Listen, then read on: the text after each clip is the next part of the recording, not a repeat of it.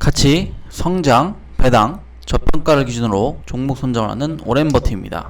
자, BYD냐 CATL이냐 아니면 둘 다냐, 애플의 선택은 과연 어느 쪽일까요? 먼저 그에 앞서 저희는 어떤 투자도 권유하지 않습니다. 따라서 여러분들 설득시키기 위해 만든 채널이 아니며 저희가 투자한 종목에 대한 이야기를 메인으로 다루기 때문에 편파적으로 들릴 수는 있지만 없는 이야기를 지어내지는 않습니다. 따라서 내용을 들으시고 모든 팩트 체크는 여러분이 하시길 바랍니다. 소설일 가능성이 있거든요. 모든 결정은 여러분들이 하시는 것입니다. 그럼 다시 본론으로 돌아가서 애플의 선택은 과연 어느 쪽일까요? 배터리만 보면은 CATL이 기술적으로나 생산면에서는 아주 잘 포지션이 되어 있다고 생각을 합니다. 현재도 많은 업체에 배터리를 공급하는 전 세계의 최고의 배터리 기업인 셈이니까요. 배터리에는 강자이면서도 CATL이 가지고 있지 않은 것이 하나 있죠. 전체적인 전기차의 이코시스템입니다. 여지껏 애플은 많은 플레이어들과 접촉을 해왔으나 그 중에 기아, 현대도 포함되죠. 하지만 지금까지 업체들과 맺어진 파트너십은 없었죠. 왜일까요? 가장 큰 이유는 배터리가 전기차의 핵심이기 때문이죠. 배터리는 전기차의 35에서 45% 정도의 코스트를 차지한다고 해요. 현대, 기아 또한 BYD의 배터리를 장착해서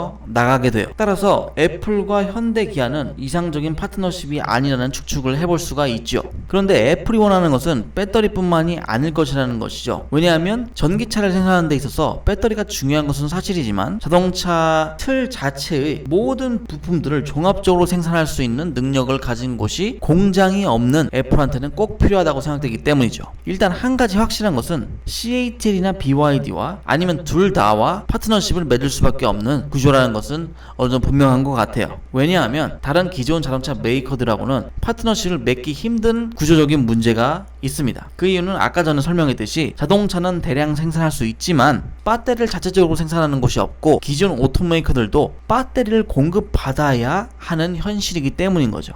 그런데 이 모든 것을 다 고루 갖추고 있는 곳이 유일하게 BYD인 셈인 거죠. BYD가 가능성이 큰 또 다른 이유는 CATL과는 우리 같은 일반 외국 투자자는 주식 매매를 할 수가 없어요. 저희도 과거에 CATL 주당 150위안 할 때 살려고 많은 노력을 해봤는데 방법이 없더라고요. 그래서 그냥 그림의 떡처럼 지켜보다 보니까 어느새 주가가 저렇게 돼 있어요. 이게 왜 그러냐면 중국 정부에서 자국의 배터리 회사에 중축이 되는 곳을 외국 자본이 들어와서 흔들어 놓지 못하게 막아놓은 것 같아요. 그러면 중국과 미국이 패권 전쟁을 벌이는 지금 이 시국에 과연 애플은 CATL을 선택할 수 있는가가 조금 의문이 생기게 되는 거죠. 저희 생각으로는 CATL은 중국 정부의 눈치를 봐야 하는 입장이기도 하다는 것이죠. 그런데 BYD의 경우는 어떤가요? 외국 투자자들은 BYD 주식 매매가 가능하죠. 또한 BYD는 과거부터 유일하게 미국의 공장을 가진 첫 중국 회사이기도 하면서 워렌 버핏이 큰 투자자로 있죠. 또한 바이든 당선 전에 트럼프 정권 때 중국 때리기에서 또 미국에서 살아남은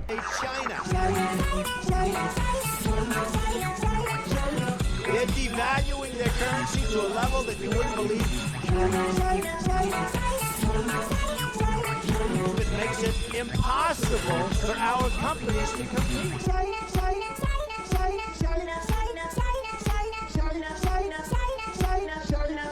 Iraq, Japan, Yemen, Iran, ISIS is 유일한 중국 기업이라고 볼 수 있습니다. 우리는 이 사실만 보아도 BYD는 미국 시장에서 잘 스며들어가 있고 버틸 수 있다는 게 입증되었다고 봅니다. 그런 면에서 봤을 때 CATL보다는 BYD 회사 자체가 어느 정도 유연성이 있다고 생각해 볼 수 있습니다. 또한 미국의 랑캐스터의 공장을 돌리고 있는 BYD는 현지에서 미국인을 몇천 정도를 대거 고용하고 있기 때문에 미국 경제 발전에 공헌하고 있는 셈이죠. 애플이 BYD를 고를 수밖에 없는 또 다른 이유, 여기 있습니다. BYD는 이번에 애플과 첫 비즈니스 파트너십이 아니라는 사실을 알고 계셨나요?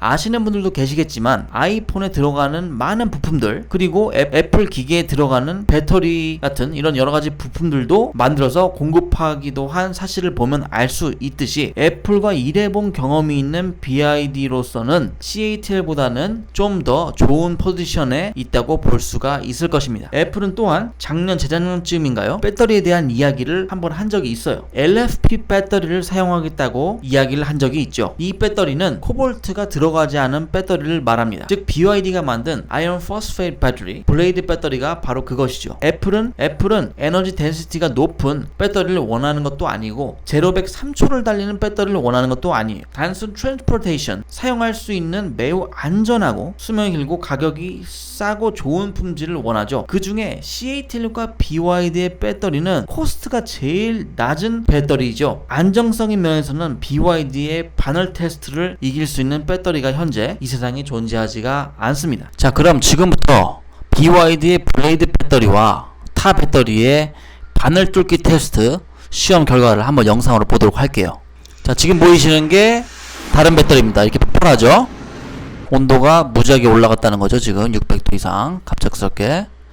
그리고 이번에 블레이드 배터리 시험을 들어갈게요. 자, 아까와 다르게 지금 60도죠. 온도가 그렇게 많이 올라가지도 않고 배터리는 아무 이상이 없다는 게 증명이 됐죠. 지금까지 전 세계 배터리 메이커 중에서 이 바늘 뚫기 시험을 통과한 게 BYD밖에 없어요. 그래서 누가 봐도 이것은 안정성이 증명된 배터리라고 볼 수 있는 거죠. 왜냐면 다른 업체들은 이 시험을 못해요. 왜냐면 이걸로 바늘 뚫기 테스트 하면요, 아까처럼 저렇게 폭발하거든요. 그것을 보이면 안 되니까 아예 그냥 실험을 안 하는 거예요. 자, 그럼 이제부터 애플이라면 도대체 어떠한 배터리를 원할까? 제로 100 3초를 가는 배터리를 원할까? 아니면 코볼트가 들어가서 가격이 비싼 배터리를 원할까요? 자, 애플은 아마도 이런 배터리를 원할 겁니다. 자, 보이시나요? 트럭으로 밟고 지나가도 아무 이상이 없는 이런 배터리, 아마 애플이 원하는 배터리가 아닐까요?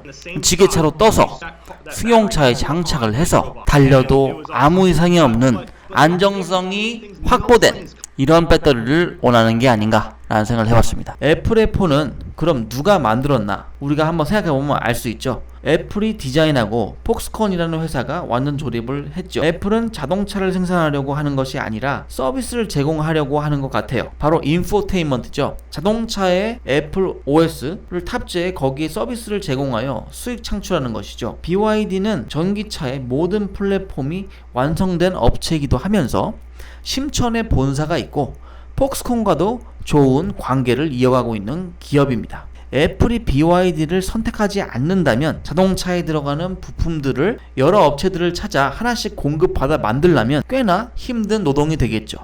만약 애플이 BYD와 손을 잡게 된다면 중국 기업의 브랜드 첫 이미지의 성공 단추가 미국에서도 끼워질 것이고, 그리 되면 중국 브랜드에 대한 이미지가 세계적으로 퍼져나가는 것은 일도 아닐 것이라고 생각을 합니다. 애플로서도 BYD와 같이 가지 않으면 애플카의 기존 예상하던 생산 연도나 이런 계획에 차질을 빚을 수 있기 때문에 서로의 조건만 잘 맞으면 파트너십이 체결되는 것은 문제가 아니라고 생각을 합니다. 오늘은 이렇게 저렇게 저희 개인적인 생각을 공유 드려봤는데, 여러분들은 또 어떤 생각을 가지고 계신지 모르겠지만 여러 방면으로 한번 연구를 해보시기 바라겠습니다. 오늘은 여기까지 하겠습니다. 고맙습니다.